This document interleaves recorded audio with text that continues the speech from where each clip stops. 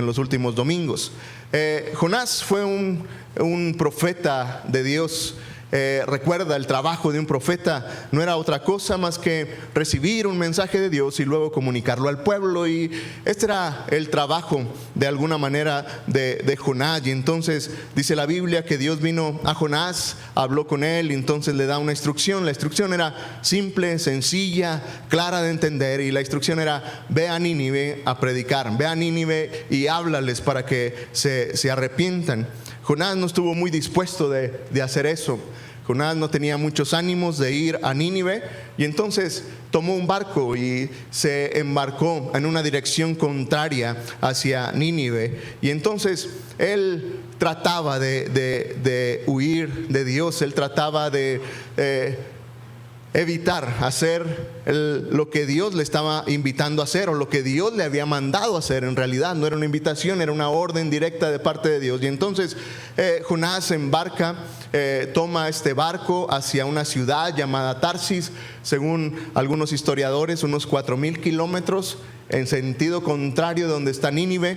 Y entonces Dios envía una tormenta, y dice la Biblia que la tormenta era tan inusual que los marineros, el capitán del barco, estaban preocupados de lo que estaba pasando. Y era tan inusual aquella tormenta que se dan cuenta que esto es algo que se salía de su control. El barco comienza prácticamente a deshacerse, están asustados, y entonces llegan a la conclusión. Era tan inusual aquella tormenta que llegan a la conclusión de que, oye, esto tiene que ver con algo espiritual. Y entonces el capitán comienza a hablarle a todas las personas que están en el barco: oren a sus dioses, busquemos la forma de detener esto. Llegan a la conclusión de que es Jonás el que está huyendo de su Dios y el que está provocando esa tormenta. De hecho, es interesante que el mismo Jonás alza la mano y dicen: ¿sabe qué? Yo soy el culpable, estoy huyendo de Dios. Y entonces esta tormenta tiene que ver con eso. Y dice la historia que lo lanzaron por la borda, lo lanzaron al mar. Y lo increíble es de que Dios proveyó de un pez para que literalmente tragara a Jonás. Y entonces la historia se pone muy interesante.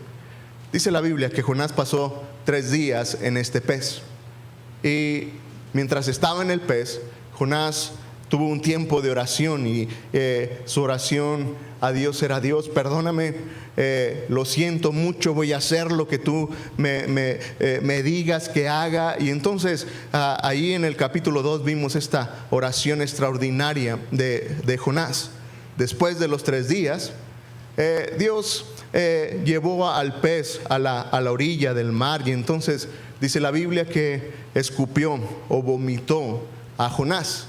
Y Jonás se dirigió hacia Nínive con un mensaje muy directo también, un mensaje muy corto. Simplemente era: arrepiéntanse, dentro de 40 días Dios destruirá Nínive. Y era un mensaje tan directo, tan duro en realidad, que era difícil para Jonás predicar este mensaje. Recuerda, Nínive era la capital de este imperio asirio. La gente era muy mala, era extremadamente mala. Y entonces Jonás conocía el tipo de personas que eran los ninivitas. Y entonces llegar con un mensaje como esto obviamente era un enorme riesgo en predicar un mensaje así. Sin embargo, Jonás ha aprendido su lección después de 3 días en el pez, y lanza este mensaje. En contra de todas las probabilidades, Nínive se arrepiente, y se vuelve extraordinario eso. 120,000 personas, dice la Biblia, más de 120,000 personas creen a Dios y se arrepienten. Y entonces puedes imaginarte lo extraordinario del momento. Otra vez puedes imaginar cómo se sentía Jonás. Puedo imaginarme que Jonás estaba agradecido con Dios, de decir: Dios, te fallé, quise huir de ti, pero al final me diste una segunda oportunidad y mira, me usaste. Y las personas se arrepintieron. Y el domingo pasado hablamos de ese arrepentimiento de Nínive, cómo convocan a un ayuno y cómo ellos vuelcan su corazón a Dios y cambian su forma de pensar y su forma de ser. Y entonces Jonás está ahí. Y si fueran en nuestros tiempos, evidentemente Jonás se volvería viral, sería algo extraordinario, sería la noticia en el mundo conocido. Toda una ciudad, por la predicación de un hombre, vuelve a Dios. Imagínate ahí la noticia, algo así como Las Vegas. Todas Las Vegas se vuelven a Dios. Y los casinos y los bares y estos antros ahora son iglesias. ¿Creerías una noticia como esa? Sería extraordinario, se volvería una enorme noticia.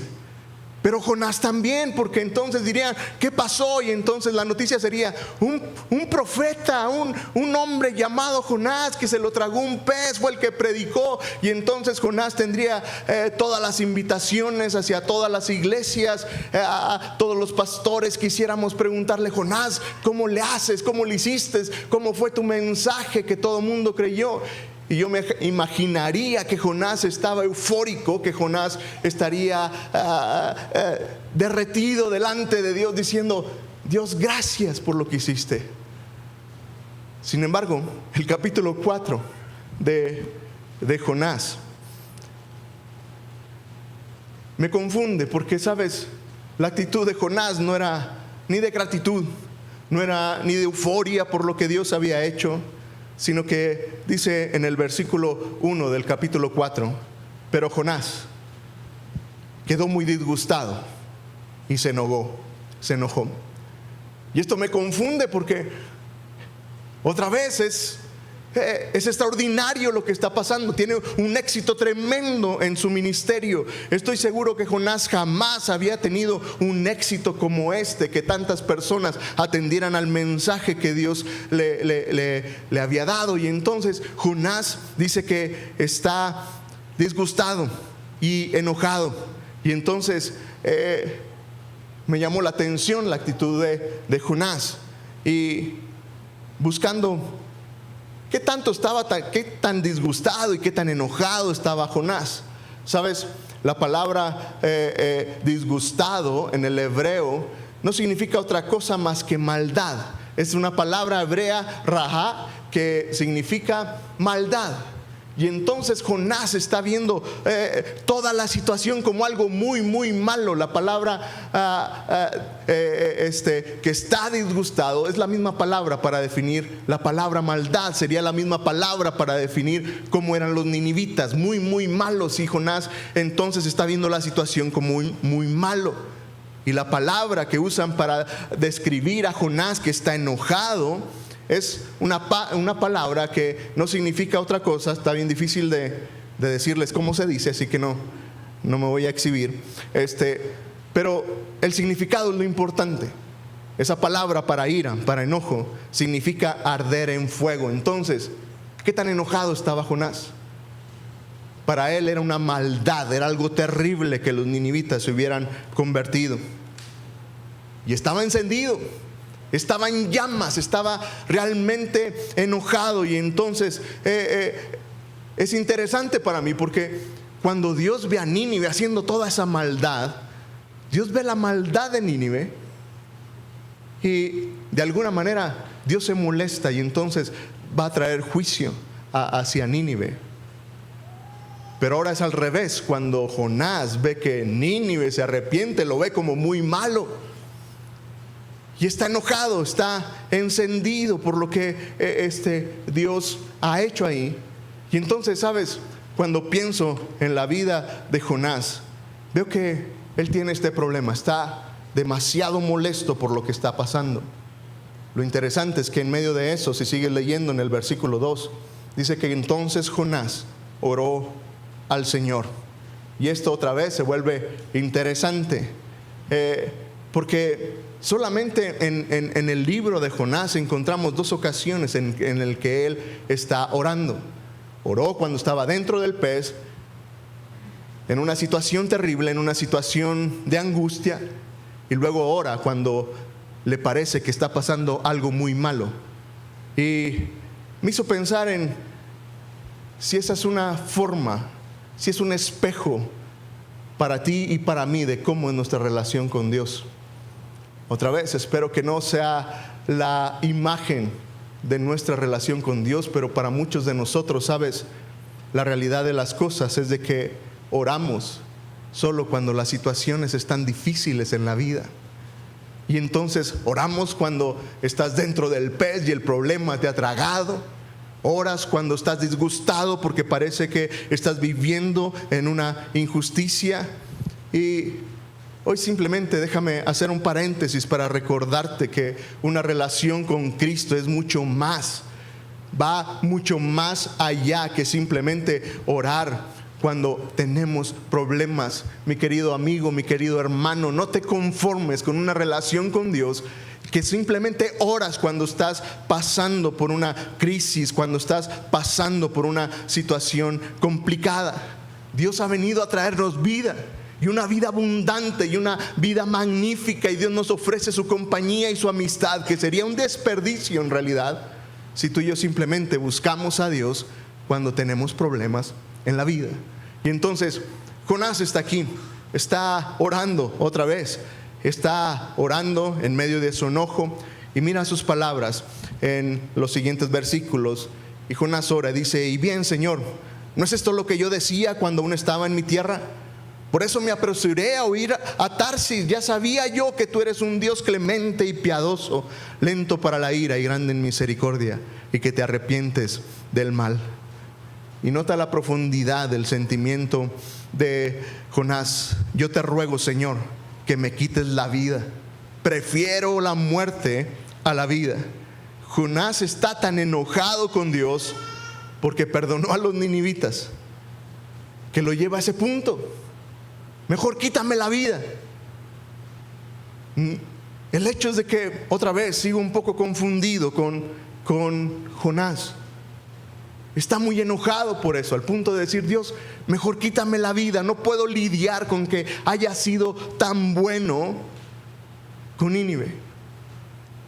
Pero antes de juzgar a Jonás, recuerda algo: Nínive es una ciudad muy malvada, muy vil, muy corrupta. Hacían cosas terribles con las personas. En realidad era una nación enferma. Estaban locos esas personas de maldad. Y puedo identificarme un poco con Jonás, porque cuando me pongo en su lugar es como si dijéramos: qué fácil, ¿no?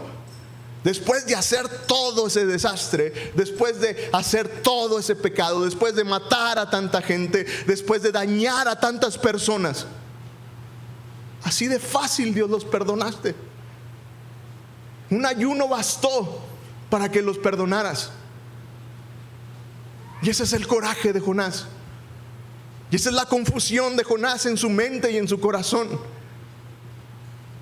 Pero la cosa es que si vamos un poco más profundo en la situación, la realidad es que Jonás está viviendo en una contradicción. Porque sí, Nínive es terrible, sí, Nínive es muy mala, sí, Nínive no merecía el perdón de Dios de una manera tan fácil ante nuestros ojos. Pero en realidad lo que Jonás estaba diciendo era: Dios, gracias por ser paciente conmigo. Gracias porque has tenido misericordia de mi vida, pero yo nunca tendré esa misericordia con los de Nínive. Dios, gracias por perdonarme, pero yo nunca voy a perdonar a los de Nínive. Dios, gracias por tener misericordia y sacarme del pez y tener paciencia, pero no voy a tener paciencia con Nínive. Dios, gracias por darme una segunda oportunidad. Le dio una segunda oportunidad a Jonás, pero Jonás está en esta contradicción. Dios, gracias por esa segunda oportunidad que me diste, pero nunca debiste de darle una segunda oportunidad a estas personas tan malas. Y sabes, cuando pienso en esta situación de Jonás, veo que Jonás en realidad estaba enojado porque había sido lastimado por Nínive. y le pesaba la maldad de esta ciudad.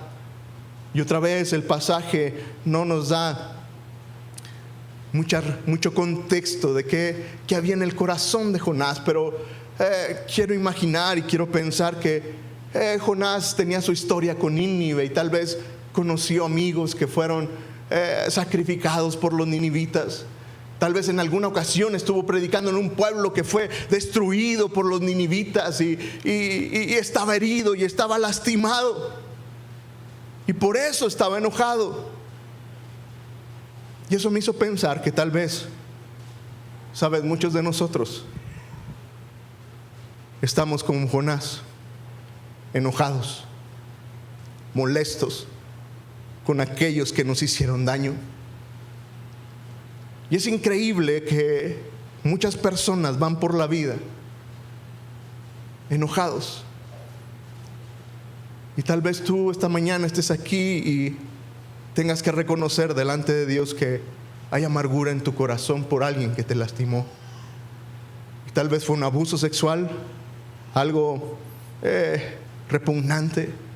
Tal vez ha sido un abuso de que alguien haya hablado mal de ti, que te hayan dicho que no eres bueno para nada y que te han marcado. A lo mejor alguien te hirió cuando te abandonó y pensaste que estaría contigo siempre, pero de repente se fue. Alguien te hirió y tal vez difundió una calumnia y rumores sobre ti. Y estamos ahí, enojados, rotos, con un corazón cargado delante de Dios. Y tal vez estés aquí y digas, bueno, gracias a Dios nadie ha sido tan malo conmigo y qué bueno. Pero ¿qué tal el resentimiento? ¿Sabes? El resentimiento es algo no tan fuerte, pero son esas cosas que se quedan en el corazón. Y tal vez estás lidiando con un resentimiento en contra de alguien y estás resentido con tu esposo. Estás resentido porque está gastando más dinero del que pueden y nunca lo has dicho. Y estás resentido con tu cónyuge porque no sientes que no satisface tus necesidades emocionales y simplemente te quedas callado. Dices, bueno, ahí se va, pero está ese resentimiento ahí. Tal vez vamos ahí guardando esos resentimientos y tenemos ese resentimiento con el compañero de trabajo que le dieron el ascenso antes que a nosotros, que le dieron el aumento que pensábamos que nosotros merecíamos, y estamos resentidos con esa persona, y estamos resentidos con el jefe, y estamos resentidos con las personas. Y mira, aunque el resentimiento es algo que no es tan grave como una carga de una ofensa, la cosa es que el resentimiento después del tiempo destruye el corazón. Y otra vez aquí, cuando pienso en el enojo de Jonás, me parece que todo tenía que ver con su falta de perdón. No podía perdonar a los ninivitas él mismo. Dios sí, pero Jonás no.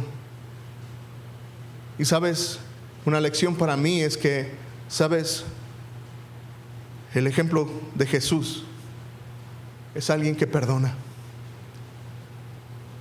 de manera incondicional. Pero a mí me cuesta.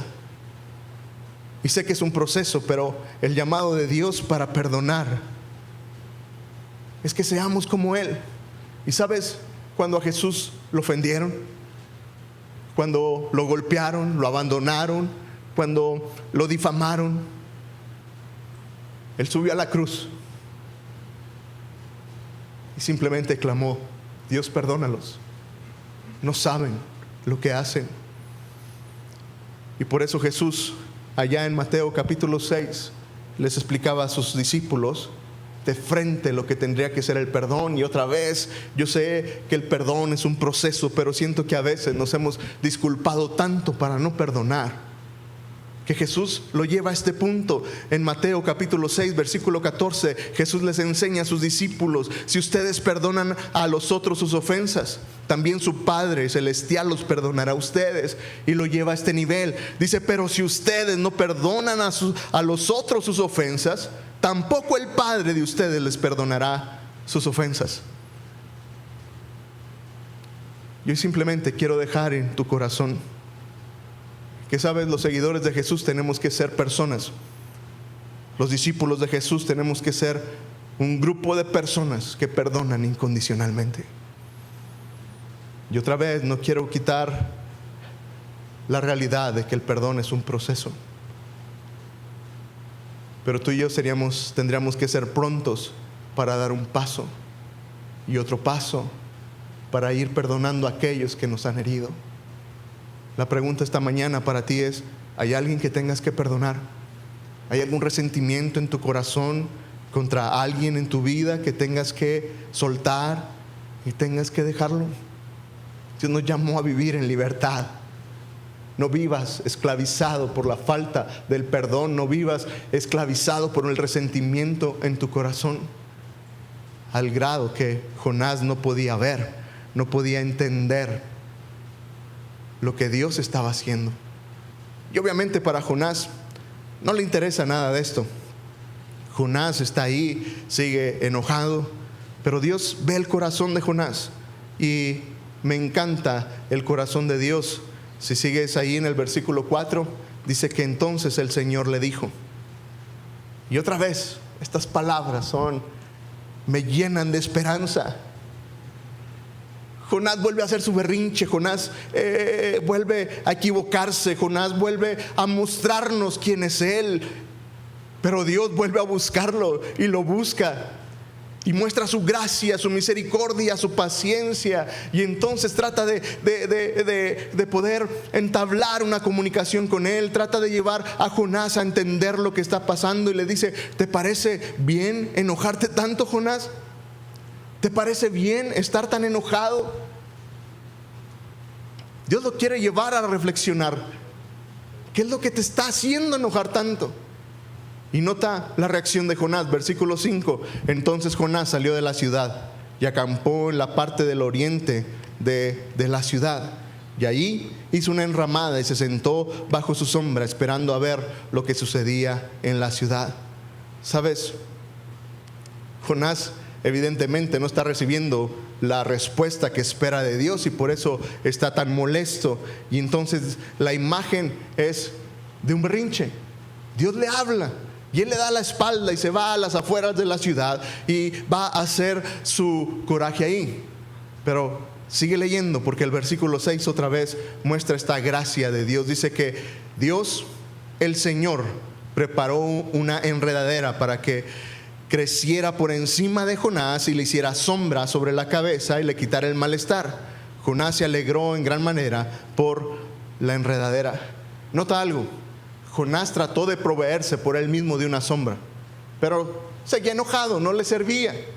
Y Dios, en su bondad, en lo bueno que es Dios, dice que prepara esta enramada.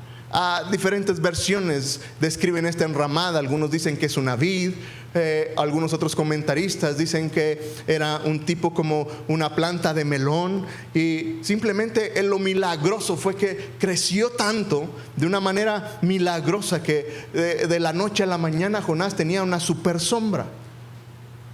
Comparada con la sombrita que él se hizo, Dios le provee algo extraordinario. Y me encanta pensar en cómo Dios sigue chipleando a Jonás. Está haciendo su berrinche y pobre mijo, todavía se le va a quemar ahí la cabeza. No sé por qué me lo imagino que era pelón. No sabemos. Me quiero imaginar que por eso Dios, y no tengo nada en contra de los pelones, pero Dios dice que dispone esta enredadera para él. Y si sigues leyendo, dice: pero al siguiente día, al llegar el alba, Dios dispuso, y subraya esto en tu Biblia, Dios dispuso que un gusano dañara la enredadera y ésta se marchitó.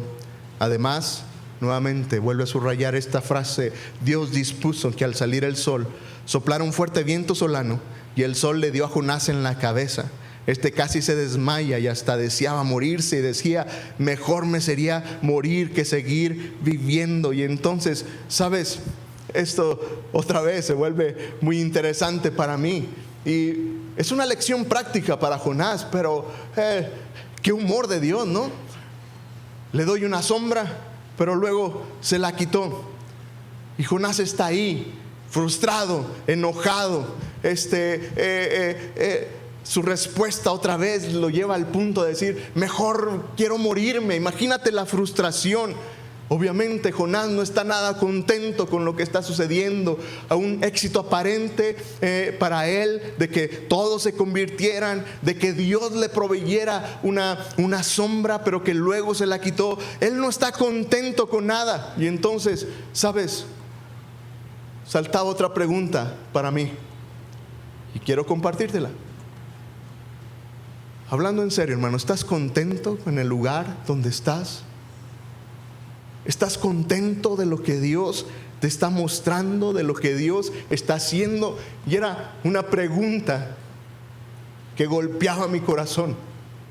Y no te apresures a contestar y decir: sí, estoy contento, sí, Dios sabe, sí, Dios tiene todo bajo control. Claro, pastor, ¿cómo no voy a estar contento? No te apresures a responder. Sé sincero contigo. ¿Estás contento? ¿Estás contento con el lugar que ocupa tu vida hoy? ¿Estás contento con el ministerio que tienes? ¿Estás contento con la familia que tienes? ¿Estás contento cómo estás desarrollando tu relación con Dios? ¿Estás contento? ¿O estás como Jonás? ¿O estamos como Jonás? Y otra vez, algunos no están contentos con la carrera que escogieron, y no están contentos con el trabajo que hacen, y no están contentos con lo que Dios está haciendo en su vida, y no están contentos como Dios está haciendo algo en medio de ustedes. Jonás estaba igual. Pero nuevamente, lo interesante para mí es que Dios dispuso. Esta palabra disponer en el original hebreo es la palabra maná. ¿Recuerdas del maná? El alimento es una palabra que se pronuncia igual, maná, y no significa otra cosa más que algo designado. Y entonces es que Dios planeó la enredadera, pero Dios planeó el gusano. Y Dios planeó ese soplo, ese viento caliente que estaba haciendo que Jonás se desmayara. Y entonces, ¿sabes? En realidad, lo que el pasaje quiere revelarnos es que, ¿sabes? Dios ama tanto a Jonás que se preocupa por él.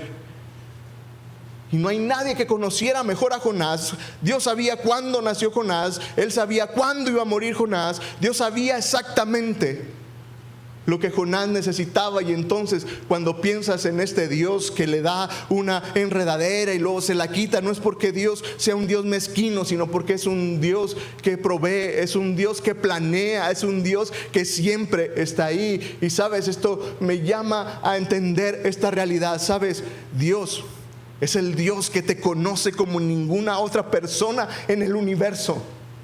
Y Dios sabe, mi querido hermano, Dios sabe. Y Dios prepara para tu vida la enredadera. Y a veces estamos debajo de la bendición, pero Dios también prepara el gusano. Y Dios también prepara el viento en nuestras vidas que nos quema. Él sigue siendo el Dios en los días buenos y en los días malos. Y lo que tú y yo tenemos que entender hoy, ante la pregunta: ¿estás contento? La cosa es que tú y yo tenemos que entender que nuestro Dios es el que nos conoce mejor que nadie. Él sabe lo que necesitamos. Y en ocasiones estaremos bajo la enredadera. En ocasiones Dios mandará el gusano. Y cuando parece que todo está destruido, Dios mandará un soplo de un calor infernal. Pero Dios sigue estando ahí. Él te conoce. Y yo sé, no me gusta servir al Dios del gusano y del viento que quema. Quiero servir al Dios de la enredadera. Quiero servir al Dios que me provee, al Dios que me cuida, al Dios que me prospera, al Dios que siempre me da lo bueno. Pero sabes, en medio de la experiencia de Jonás, puedo recordar que, sabes, al final, Dios es ese Dios que siempre está ahí. Y que Dios nos llama a una vida que madura. Y que alabamos a Dios no solo por la enredadera. Alabas a Dios cuando llega el gusano. Y alabas a Dios cuando viene este calor a la vida. Y entonces, ¿sabes? Porque al final Dios usa todo esto para hacernos crecer, para desarrollar a Cristo en nosotros. Y por eso, no seas de la clase de seguidores de Jesús que solo lo alaban por la enredadera. Alábalo por el gusano y por el viento que quema. Jonás es un desastre en este momento y obviamente a él no le interesa ninguna de estas lecciones. Él no está interesado en nada de esto. Si sigues leyendo en el versículo 9 dice que entonces Dios le dice a Jonás: ¿tanta enojo te causa lo que le pasó a la enredadera? ¿Estás tan molesto porque se fue la enredadera? Y él respondió: es tanto el enojo que me causa que hasta quisiera morirme. Y aquí ya como que ya no le quiero creer tanto a Jonás. Se ha querido morir muchas veces, ¿no es cierto? Pero está haciendo su berrinche.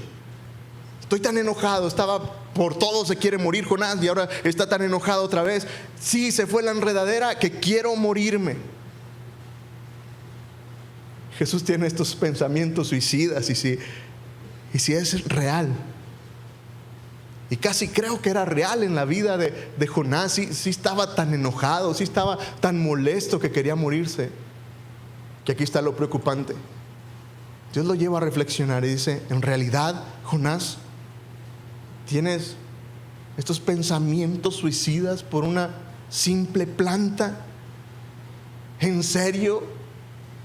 Por algo tan vil, tan cotidiano. Y entonces, ¿sabes? Llegamos a este punto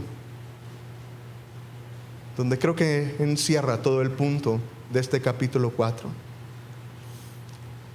Si te das cuenta, el capítulo 4 y gran parte de la historia de Jonás, todo tiene que ver con Jonás. Y todo se trata de Jonás, se trata sobre su enojo, se trata sobre su falta de perdón, se trata sobre su necesidad de consuelo, se trata de la frustración de Jonás porque Dios no hace lo que él quiere. Y todo está girando alrededor de Jonás y por eso está tan molesto. Y mi pregunta esta mañana para ti es: ¿qué piensas acerca de ti? ¿La vida se trata de ti? ¿La vida se trata de nosotros? Y otra vez, no te apresures a contestar. No te apresures a contestar, decir: no, pastor, ¿qué pasó? No, el mundo no gira alrededor de mí. Pero si analizas un poco, la realidad es de que somos una cultura muy egoísta. Todo se trata de nosotros. Todo se trata de si estamos bien o no. Y en lo que los músicos pasan, mira cómo termina este pasaje. Dice en el versículo 10 que el Señor le dijo: tú sientes lástima por la enredadera, por la cual no trabajaste y a la cual no hiciste crecer. Durante una noche creció y a la noche siguiente dejó de existir. Dice: ¿en serio, Jonás? ¿Tú no sientes lástima? ¿Sientes mucha lástima más bien por esta enredadera? Y el versículo 11 dice: ¿y yo no habría de tener piedad de Nínive, esa gran ciudad con más de 120,000 habitantes que no saben distinguir cuál es su mano derecha y cuál es su izquierda, y donde hay muchos animales? Sabes, el libro termina con esta exhortación y esperaría que hubiera un poco más de la historia, pero me parece que es suficiente lo que Dios le está diciendo a Jonás Jonás, la vida no se trata de ti. La vida no se trata de ti, Jonás. Se trata de Nínive. Mi querido hermano, la vida no se trata de nosotros. La vida gira en torno a Nínive. Si eres un seguidor de Jesús, déjame decirte que la vida no puede girar en torno tuyo. ¿Quién es Nínive? Nínive es cuando sales de tu casa y te topas con la primera persona que no conoce a Cristo. Nínive son tus vecinos que su matrimonio se está destruyendo por una infidelidad. Nínive son los niños que no tienen padre ni familia. Nínive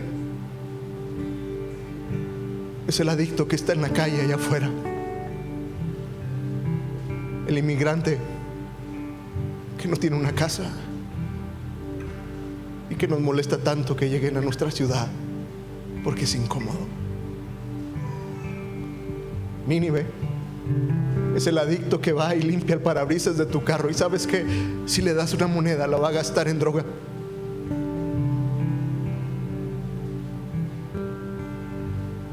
Pero la lección de Jonás es: la vida no se trata de ti, se trata de Nínive. ¿Puedes imaginarte lo que sería que nuestra iglesia se uniera? Que cada uno de nosotros dijéramos: Dios, voy a dejar de huir de ti, dejaré de correr de ti y voy a enfrentar la realidad y voy a ir a Nínive, Dios. Voy a ir a esa persona que no te conoce y voy a invitar a mis vecinos una cena y voy a hacer una amistad con ellos y ellos te van a conocer.